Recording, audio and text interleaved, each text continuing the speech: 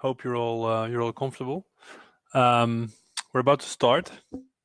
I want to welcome you to our webinar on the future of data standardization in medical research on FHIR and FAIR. And I'm going to give you a brief introduction on why we are giving this webinar and what we feel is going to be the future. And then my colleagues, who I will introduce shortly, will take the stage and give you more of a detailed overview of how FHIR and FAIR can be applied to medical research. Just to check from my colleagues in the office, is the audio quality okay? It's perfect. Excellent. So my name is Derk. I'm an MD PhD here from Amsterdam. I'm also the CEO of Castor EC, a company I founded almost 7 years ago now. And tonight with me are Sebastiaan Knijnenburg, PhD in medical informatics and our CTO, and Martijn Kersloot, who is a PhD student that I'm supervising working at Castor. And then the three of us will be presenting this webinar.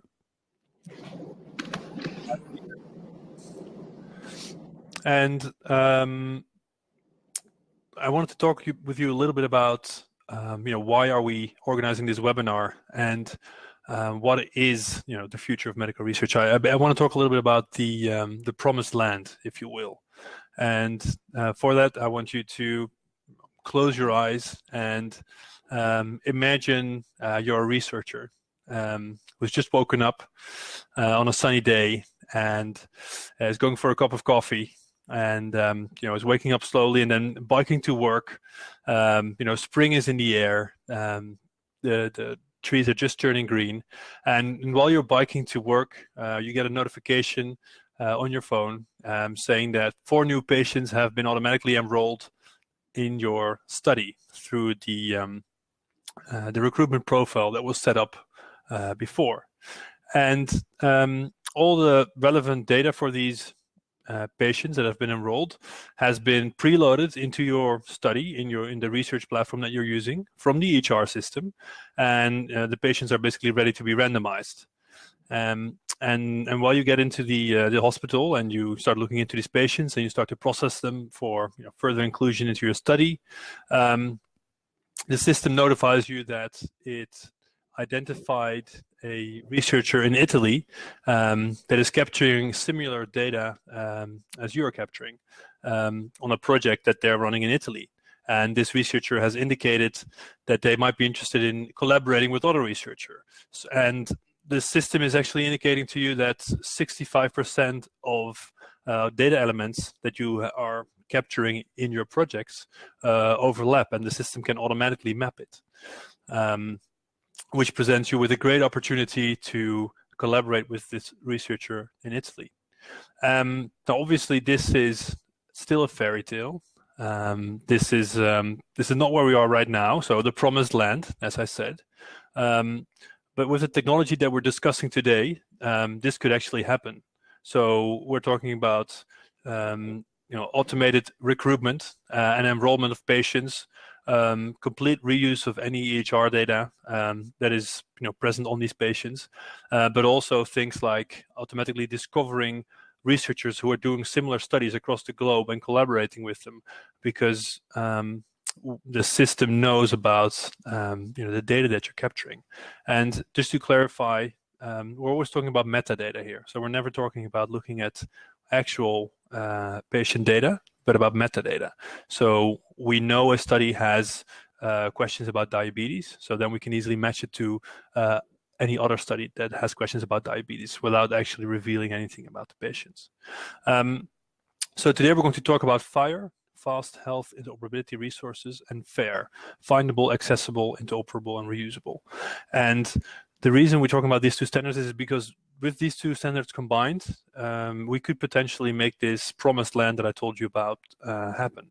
And this is because FHIR allows for exchange of medical data across systems, and is very user-friendly standards that makes it easy to create interoperability between systems. So FHIR is really what we believe is going to help us reuse any EHR data or any medical device data, basically, in a clinical research context. So it's very important to help with the interoperability between systems. And FAIR is very important because making data findable, accessible, interoperable, and reusable means that technology can start helping us by making the most of our data, and by making sure we can find and discover data and actually know what this data is about. And my colleagues Sebastiaan and Martijn will now take the stage and dive into both FHIR and FAIR and tell you what it is, how it can be applied, and give you an overview of some practical considerations, but also a short demo on the progress we've made as Castor to make this promised land come true. All right. Thank you very much, Derk, for your introduction. I'll be kicking off with an introduction to FHIR, Fast Health Interoperability Resources, as Derk just explained.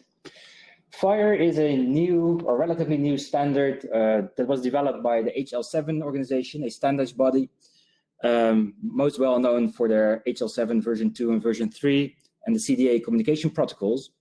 FHIR was first published in 2014 and is a modern iteration of these V2, V3, and CDA protocols. And that's a great thing. It's HTTP-based, RESTful. It supports different formatting options like XML and JSON serialization. There is support for authentication and authorization built in the framework, and it has been very quickly adopted. Is technology all right? We see the Can you see the slides? Yeah. Let's double check. Yeah, we're there.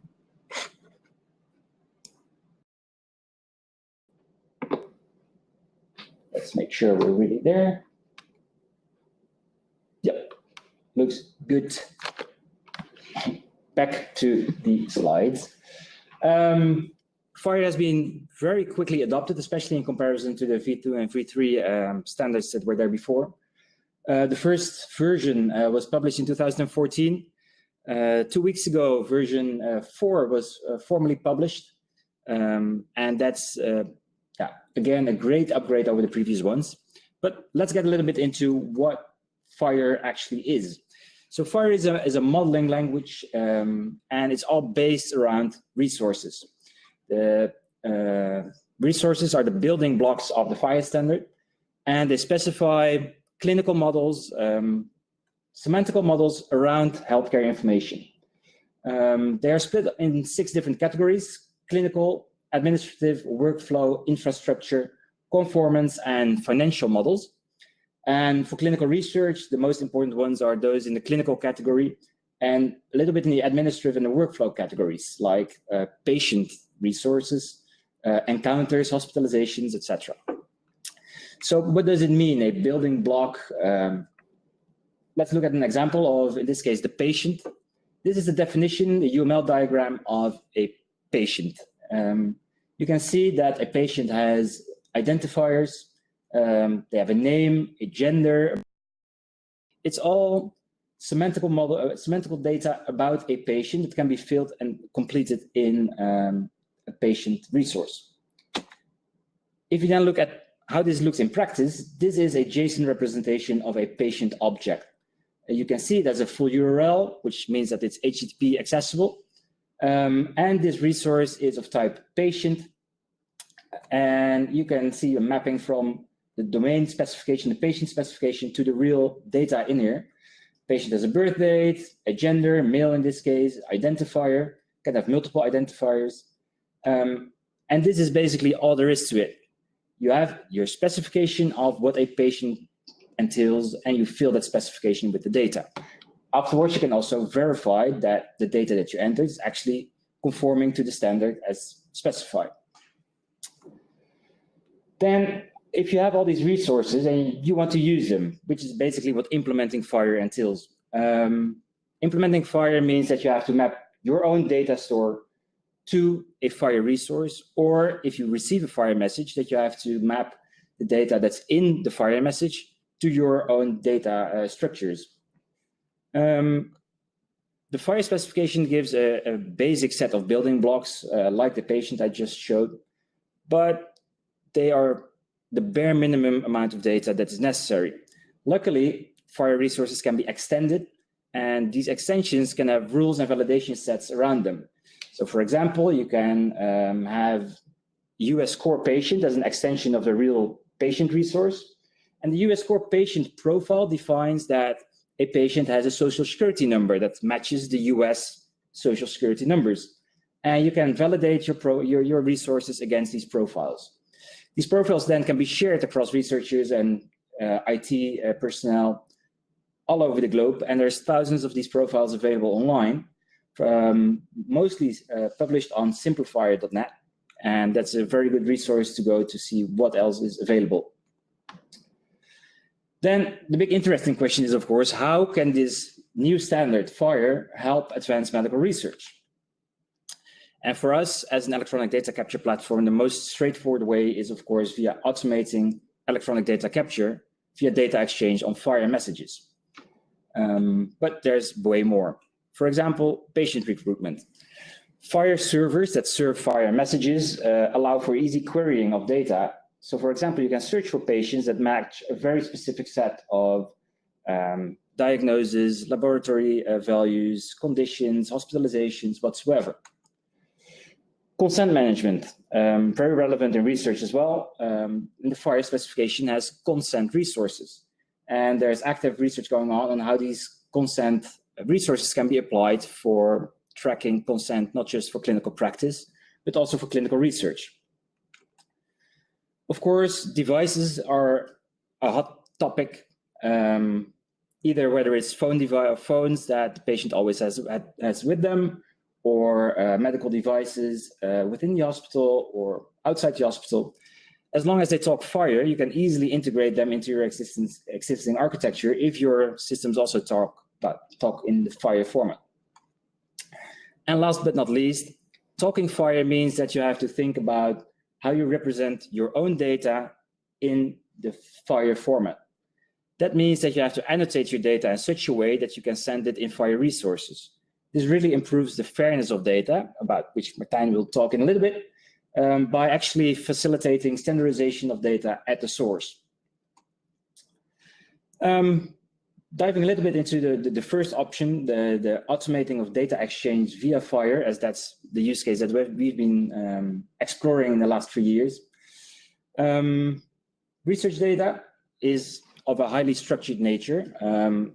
Usually the researcher starts with defining a research question, writes a study protocol to actually answer that question, and in the study protocol defines all the requirements for his data set.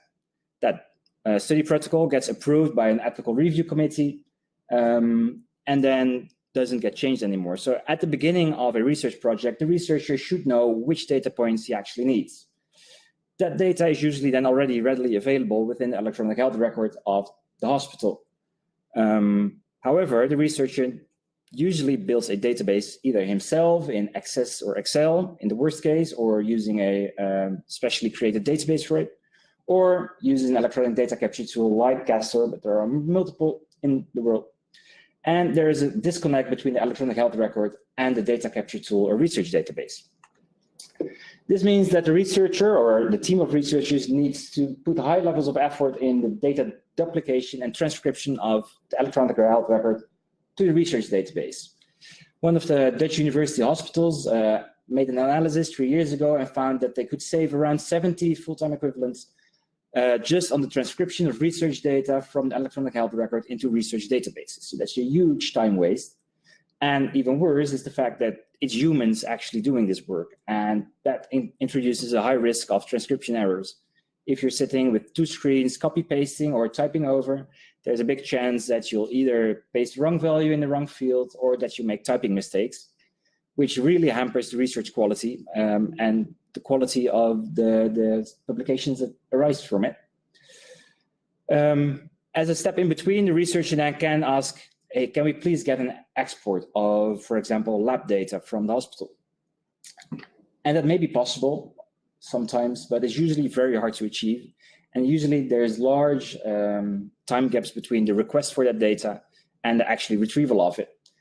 Usually also the researcher then has to have some technical knowledge to actually map the databases, integrate the data sets to have a workable research data set.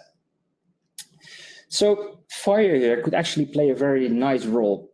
If you can automate the data import from the electronic health records to the data capture tool, you can save heaps of time and also greatly improve the quality of the research data. So far in the last 3 years at Castor, we've had experience by connecting 3 Dutch university hospitals to Castor. We started off very simple with mapping basic FHIR resources that had the highest value to the researcher, starting with the patient resource, so which patients are available within a specific research project within the hospital, what observational data is there for them, so that's usually laboratory data or vital signs, and conditions, which are diagnoses, problem lists. And every hospital, of course, has their own infrastructure, architecture, which meant that we had to implement 2 different architectures, 2 approaches to getting FHIR messages into Castor. Either the hospital pushes FHIR messages or we pull FHIR messages from the hospital. When we look at pushing FHIR from the hospital into Castor, there's usually a broker application within the hospital walls. In that broker application, on a batch basis, so either every night or every week, the application checks, is there new data for the research patients available? And if so, is that data belonging to a Castor patient? If that's the case, the application builds a FHIR message and sends that message to Castor. We then receive that message, slightly process it, and then store it for the researcher and notify the researcher that we have data available for his patients. There's a couple of pros. To begin with, the hospital has full control of the entire data flow. They decide which data is mapped to which FHIR messages and to which these FHIR messages are sent. It also means that they are able to connect any kind of data source they want to. And the researcher can get notifications as soon as new data becomes available. There's lots of open source components around FHIR in C#, Java, JavaScript, but there's also commercial tools available that can actually convert messages into FHIR messages like Microsoft BizTalk, Cloverleaf, and there's more out there. On the negative side, it means also that within the hospital, there should be someone or a team of people that manage this broker application that checks the data warehouse and sends the messages to Castor. If there is no negotiation protocol in place, it also means that each and every night or every week, Castor receives all the data available for the patient that is there. And usually that's way more data than the researcher actually needs. So that's not a good thing, because the recipient, in this case Castor, becomes responsible for the storage and processing of these messages. So if you keep dumping these data from the research data warehouse in the hospital into Castor, it means that we're basically cloning the data warehouse in a remote site. And if you have a push interval that's every night or even every week, the amount of data that the researchers have to process manually during the import and the processing of these data also becomes high. So that's less user-friendly for the researcher. So the alternative, and I think preferable approach, is pulling FHIR messages from the electronic health record into Castor EDC. That means that Castor is in the lead and via an API connects to a FHIR server within the hospital. The FHIR server then maps any incoming requests to a database, a data warehouse, or any other solution that the hospital has in place for data storage, and converts the request into a FHIR message that then returns to Castor. The beauty of this is that you only retrieve the data that you actually need as a researcher, and that you can get live updates or a live view of the data in the data warehouse. Also, the data stays at the source, so not into the remote server that's Castor EDC. And you get a lot more functionality with the FHIR server, including querying, searching for patients, filtering on date ranges. So you can implement a lot more smarter technology here that benefits the end user. However, it also means that you have to have a FHIR server, and that you need to either the consultancy capacity and the internal capacity to host and maintain it. And you have to think very well about the access control to this server. So who can access the FHIR server from within the hospital walls, from outside the hospital walls, and how do you define the differences? How do you define which users go to which studies and have access to which patient data? Either case, in either way, in either push or pull mechanism, there are a couple of challenges that need to be addressed before you can actually set up a FHIR integration. One of them for us was identifying studies and patients either in Castor and then also within the research data warehouse or within the hospital walls. Because research data is always pseudonymized. We don't want to handle personally identifiable information because it's not relevant for the research. So that means that Castor doesn't know any kind of PII. Then study management and patient enrollment administration is different in each and every hospital. So you have to define hospital-specific implementations for mapping studies in your electronic data capture tool to the FHIR server or the FHIR messages that come in. We've seen several approaches and implemented some of these. For starters, you can store the research pseudonyms in the EHR at the enrollment of the patient in the trial. You can also store the hospital identifier of the patient encrypted in your EDC system. And what we mostly use is combine a unique study identifier and the pseudonym of the patient, combine these as the patient identifier itself. But this also means that you can only use your FHIR server then for research purposes. Then you have these FHIR messages either pulled in or pushed in, but then you also need to get the data from those FHIR messages to the right point in your research database. So here we have an example of a Castor form. In a visit called week 2, there's a form called urine culture, where everything's empty. We want to have some information about the red blood cell count, erythrocytes. How do you know that the FHIR message that comes in is actually going to this specific field?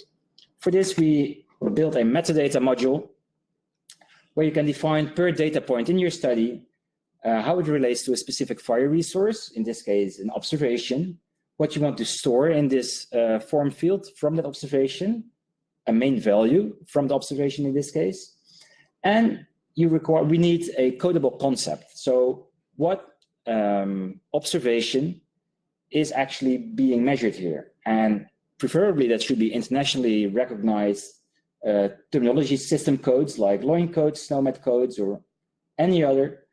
But sadly, we see mostly that these are hospital-specific codes that the user has to find. So to make it easier to actually build all this metadata, we've implemented a search mechanism, and we can make suggestions to the researcher to easily set up this form integration. If you configure this once, though, you can always reuse your forms. If you make your urine culture and all the FHIR configuration is specific for your hospital, you can then use the urine culture form in your hospital for all studies that need it. And then when you, as a researcher, are in Castor and see that there's data available for your patient, the only thing you need to do is see whether all the data is mapped correctly. Castor works with a date mapping mechanism, so all the data that is mapped via the FHIR mapping and then the dates gets directly automatically mapped. And if there's multiple possibilities, you can map them yourself as a researcher and save the data in one go. This is already very nice from an EDC and a research database perspective, but in the future, the EDC will actually slowly move into the EHR. Within the FHIR specification, there is the structured data capture implementation guide, which is a set of extensions and profiles on the FHIR standard that provides infrastructure to standardize and automate data capture actually within the electronic health record directly. And that means that the electronic health record can actually request any form repository or tool like Castor EDC for a form that's relevant for the patient. The form is then supplied. The EHR can automatically enter all the data that it already knows about the patient. The doctor or research nurse or researcher that sees this can annotate or add extra data to the forms and then submit it to the EDC platform directly. And this makes it even easier for the researcher to directly integrate within the EHR. And then we move forward towards the FAIR data, and I'd like to give the floor to Martijn. Great, thank you, Sos. So I'm going to talk about FAIR data with you. So the FAIR data principles are 15 guidelines for scientific data management and stewardship. So researchers, a really big group of researchers found that the reusability of research data should be improved. So they published in 2016 a paper with these guiding principles, which cover the data, the metadata, and the infrastructure of research data. So they say that data should be findable, accessible, interoperable, and reusable. So the data should be findable. That means that data and information about that data should be easy to find for both humans, but also for computers. And once this data is found, it should also be accessible. So people should also find the data and access it in a standardized and secure way. And the data should also be interoperable. It should be possible to integrate the data that you shared with other data and use the data in other applications. And last, the data should also be reusable. So data should be well described so they can be replicated or combined in different kind of settings. But why would we make data fair? So as Derk already mentioned in the beginning of the webinar, the research process is broken. So results from clinical studies need to be shared and compared to one another to ensure that healthcare professionals can actually do their job well based on evidence-based medicine. So FAIR data enables researchers, but also healthcare professionals to find data sets from various sources so that actual research findings can be implemented in evidence-based medicine. It allows them to understand and reuse data sets in the future. So it also allows them to reuse them for other purposes than they are collected for. So we've seen in the past that the reusability of data sets can actually lead to identifying fraud or selective reporting in papers, but also calculating and interpret pool effect estimates. But it also allows you to actually conduct new research, so combine data sets for different kind of studies. And there are different degrees of fairness, so you don't have to be completely fair. Your data doesn't have to be completely fair. You can, for example, start, as you see in picture number B, with a persistent identifier, so that you make your data accessible through a persistent identifier that people actually in the real world know that your data is out there. But in step number C, you can see that you also can add metadata to your data, so people can actually know what your data is about and who has access to that data. You can also publish the data itself with it, and you can see that in structure D and E, where in D the research data is not shared, or it's private, it's restricted access, but you can also publish your data with open access, so people can actually use your data. But in number F, you can see that you can also make your data link with each other so that people can actually reuse it, and actually people can query your data instead of only opening a CSV or an Excel file. And basically the verification process, so the process of making your data fair, consists of 6 different steps. So I'll go through these steps with you. So first you start with your data set. You need to define the semantic model of the data set. You need to transform the records, define your metadata, deploy your data, and query your data. So first, the data set. Before you have your data set, you have to conduct research. So you have to collect your research output, for example, in an electronic data capture platform as Castor, and you have to export it to a specific file. And the mostly used files are CSV or Excel. And once you have exported your data, you can define a semantic model. And a semantic model is a model that describes the relationships between the individual elements in your data set. And these kind of relationships are formatted as triples. That means that the relationship between several elements in your data set consists of 3 parts. So a subject, a predicate, and an object. And that means that in the case that you can see here on the screen, that a patient has a birth date, where a patient is a subject, has birth date as a predicate, and the date that the patient is actually born is the object. And this is also for the disease. So patient, in this case the subject, has disease is the predicate, so the type of relationship that you have, and it relates to a specific object, in this case disease. And for these subjects, predicates, and objects, ontologies are often used. And ontologies are common vocabularies for researchers who need to share information in their domain. And these ontologies define relationships. So they consist of a set of concepts within the domain, as I told you before, but also the relationships between them. And these relationships define actually the meaning of several concepts. They are formed by the relationships. So in the figure you can see on the right, for example, we have the influenza SNOMED concept, and SNOMED is an ontology. You can see that influenza is a viral respiratory infection, and it is a disease caused by a specific type, but also has relations to other concepts. So for example, influenza has a causative agent, an influenza virus. So it's really handy to query your data against later on. And actually, there's a large number of ontologies available, but the selection of the ontologies is completely dependent on the field you're in. And often multiple ontologies are used. So sometimes an ontology could cover part of your field, or sometimes an ontology doesn't have the concept that you're looking for. So on the right, you can see screenshots of BioPortal. And BioPortal is an online website or a portal where you can search your ontologies. So you can filter on the specific fields that you're in, but you can also filter on the specific test subjects that you're looking for example, to find the ontologies that you need. And after you've defined your semantic model with these ontologies, you use that model to describe the records that you have in your data set. So every row, for example, in your Excel file.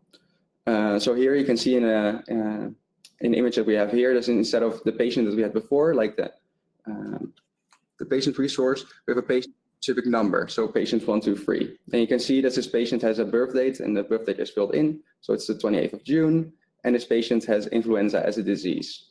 But you can also see on the right with the dotted boxes that influenza is for example, in this case, the SNOMED concept. So we can use the relationships that are defined there, that influenza is, for example, a viral respiratory infection, and that the viral respiratory infection is an infectious disease.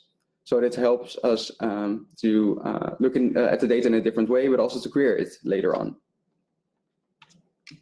Once the data records are transformed in a machine-readable format, researchers have to define the data about the research product, the metadata. And this contains the title of your research project and your data set, but also who published it. Is it yourself, or is it the hospital that you're working for? What kind of research did you do? What's the team about it? Who should people contact if they have questions about your data set? And what kind of data sets are there available? And this metadata is used by other researchers to find data sets. So people would actually kind of Google for your data set in Google Datasets to see if they find data sets that are interesting for their research. Finally, you have to publish your data sets to a repository. And in FAIR terms, we call this a FAIR data point. And a repository could be either public, where everyone can access your data, private, where you have the repository, for example, inside your hospital, but people from outside the hospital can still see the metadata, so the data about the data, but not the data itself, or it could be mixed. So you get, well,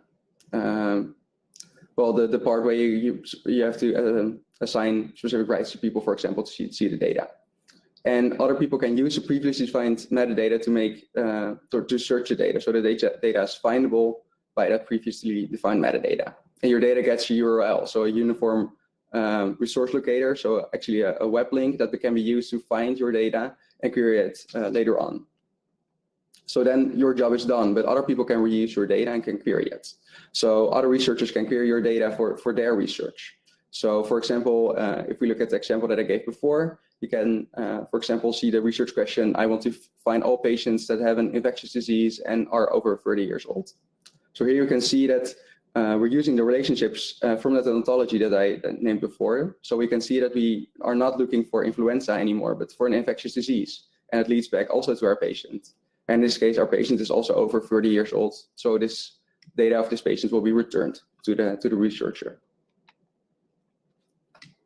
So what we would call this a retrospective approach. So in these 6 steps on after you did your research, so there are actually a lot of more steps before you have your data set. So you have the whole research project and the whole research process that's in front of the data set. So instead of 6 steps, you actually have 11. So a researcher has to design a research project. They have to define and submit their study protocol. They have to build their case report form or a database to collect data. They have to conduct their study and actually gather data. And then they have to analyze the results. And after that, after they analyzed it, they have a data set. So there are 5 more steps in front of it. But it's really inefficient because you can see that it takes a lot of time and you're actually doing part of the reinventing the wheel yourself again. So it would be better to actually make your data fair in a prospective way, in real time. So while you're designing your research project or doing your research, that you can actually make your data fair on the fly. So for example, if you're designing your research project and you're defining and submitting your study protocol, you're already thinking about what your research is about and what kind of data elements are in there. So that means that you can define your metadata as well. And also, if you're defining and submitting your study protocol and you're building your database or your case report form, you know what kind of fields and what kind of measurements are in there. So you can build your semantic model and see how these fields and all these variables relate to each other. And while you're conducting your study, your data can be made fair or transformed in machine-readable data on the fly. So that would save a lot of time for you as a researcher to make your data fair. And later on, you can deploy your data or choose to deploy your data and analyze the results. And other people can query your data as well. And you've seen that this could save a lot of time. So currently we're working with a research group to see if we can make this real-time verification happen. And we're, well, I'm proud to give you a kind of a demo of the things that we've done before. So you recognize the interface on the right. So it's a video, so it's loading. Sebastiaan has also showed you a screenshot of this. So this is Castor ERC, our system, where you can enter your data about a specific patient. So this is an ECRF, an electronic case report form of a patient, and it's filled in with data. But in the back end, we added SNOMED concepts for example, in this case, the sex variable for female, for male, for undetermined and unknown. So you can see that there are specific options here in the option group for that field. We can also see under the metadata tab that we added SNOMED concepts for this. And what we can do later on with these SNOMED concepts is make a query of it. So we can reuse the ontologies and the relationships that I described before to find or query specific data. So for example, we could find an identifier and a date of birth and some other information of a patient with a certain disability score. So this data is real-time extracted from the electronic case report forms in the electronic data capture system. So you don't have to export your data yourself anymore. You can query it in real time. So for example, if I would add a new patient to our study, this is, for example, test record number 12. I would add data to it. And you can see that I'm not doing this right now because it's really fast. But if I add data to it, it will be automatically made fair on the fly. So data would actually be transformed in the background in a machine-readable format that people can actually reuse your data at the same time as you entered it into the system. So if you look at the query once again, and I execute the query once again, you can see that the data of the new patient is also included in this query result. So you can actually see that we can reuse data on the fly without actually extra burden on the researcher. All right. So I'll give it back to Sebastiaan. And that brings us to our wrap-up, a short summary of what we've just been discussing and how we see FAIR and FHIR in the future of data standardization and medical research. For starters, I talked about FHIR, Fast Health Interoperability Resources, which is a research framework that models medical concepts from the healthcare world, published by HL7 and quickly gaining adoption. Castor EDC supports push and pull of FHIR messages. We've done 3 implementations so far and are looking forward to do more. Using FHIR in your research project can actually increase data quality and decrease the time spent collecting data, so speed up the research process in general. And by implementing FAIR in your research database, you can actually contribute to the verification of your dataset at the source already by the metadata mapping that you need to actually import FHIR messages overall. Then related to FAIR, findable, accessible, interoperable, and reusable, FAIR contains 15 guiding principles for scientific data management and data stewardship. The verification process can be completely integrated into the research process instead of being done afterwards. Semantic models and ontology concepts are used to describe the real world information, try to model the real world. And within Castor, it's already possible to link your ontology concepts for your CRF variables. And we're looking forward to add more support for semantical modeling in the near future as well. Then, to wrap up and finish, we'll be present at the HIMSS conference in just 4 weeks, at booth 7563. And if you want to visit us there or make an appointment, you can schedule a demo at castoredc.com/HIMSS19. If you're interested, you can follow us at castoredc on Twitter. We've been live tweeting this event and we'll be available for questions on there each and every day. And then we're ready for any questions you'd have. And there's one open question from James Wallace that Derk already kind of picked up, but can Castor collaborate with implementing FAIR? I think we can absolutely help. The project that Martijn has been working on, the first real pilot that we've been running.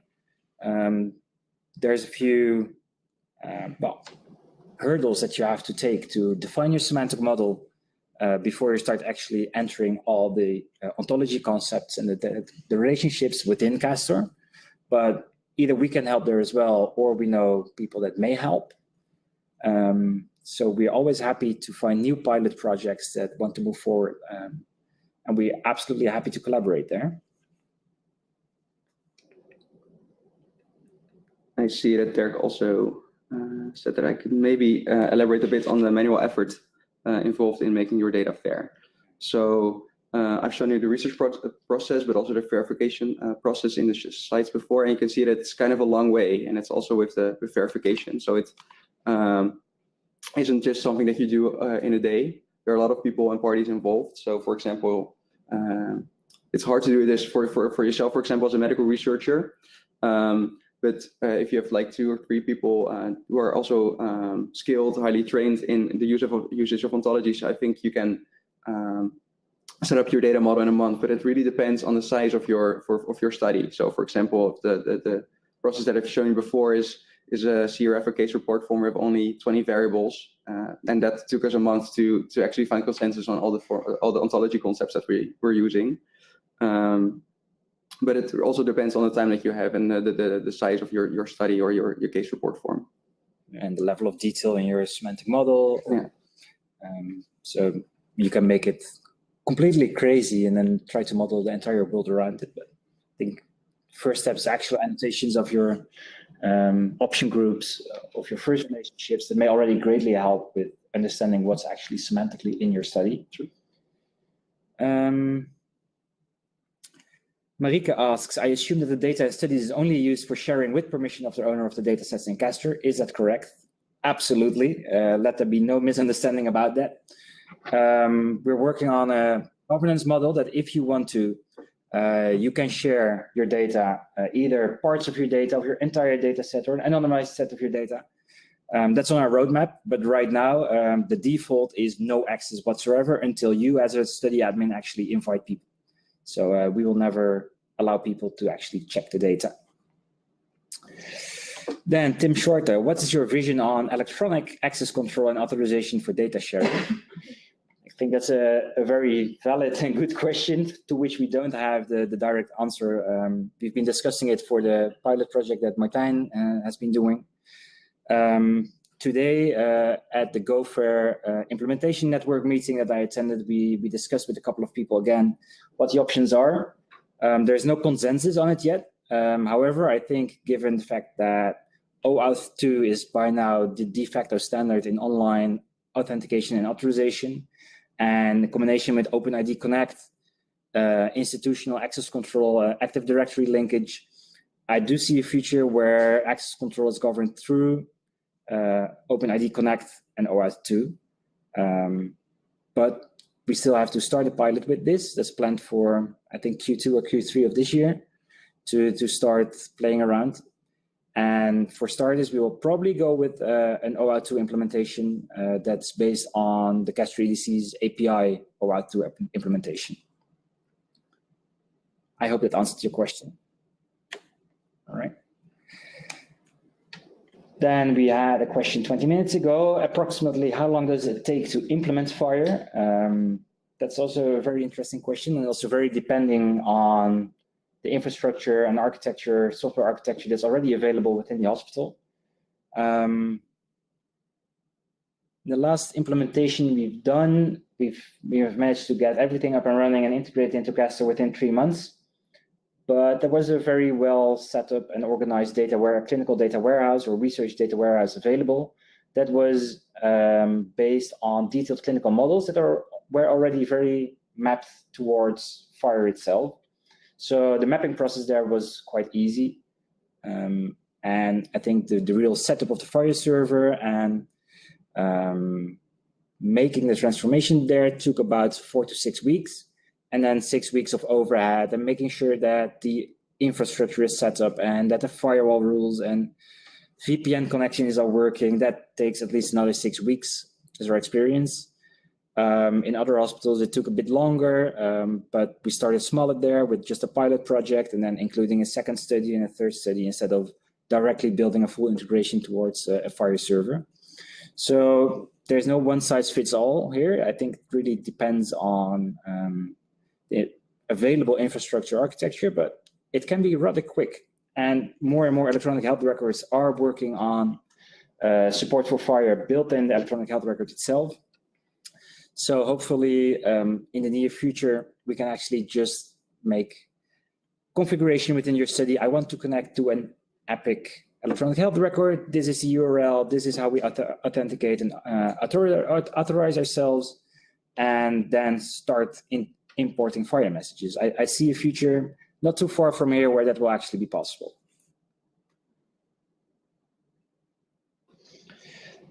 Then, do you think FHIR will be one of the next big things and widely implemented within 5 to 10 years? Yeah, definitely. I don't see any other standard bubbling up that will take FHIR's place in the near future. If you look at the adoption rates, the traction it has in both the healthcare information technology world, but also within software engineering. I attended the FHIR Dev Days last November here in Amsterdam, where there were 400 enthusiastic FHIR developers, hospital representatives, country representatives. You really see that the traction is building up. Then both Google and Microsoft, and actually also Amazon, are starting to offer FHIR services on their cloud software. So you definitely see that this is the big thing right now. I think even 5 to 10 years from now is already too far away. I think the time is now, and the wide implementation will be definitely there 3 to 5 years from now.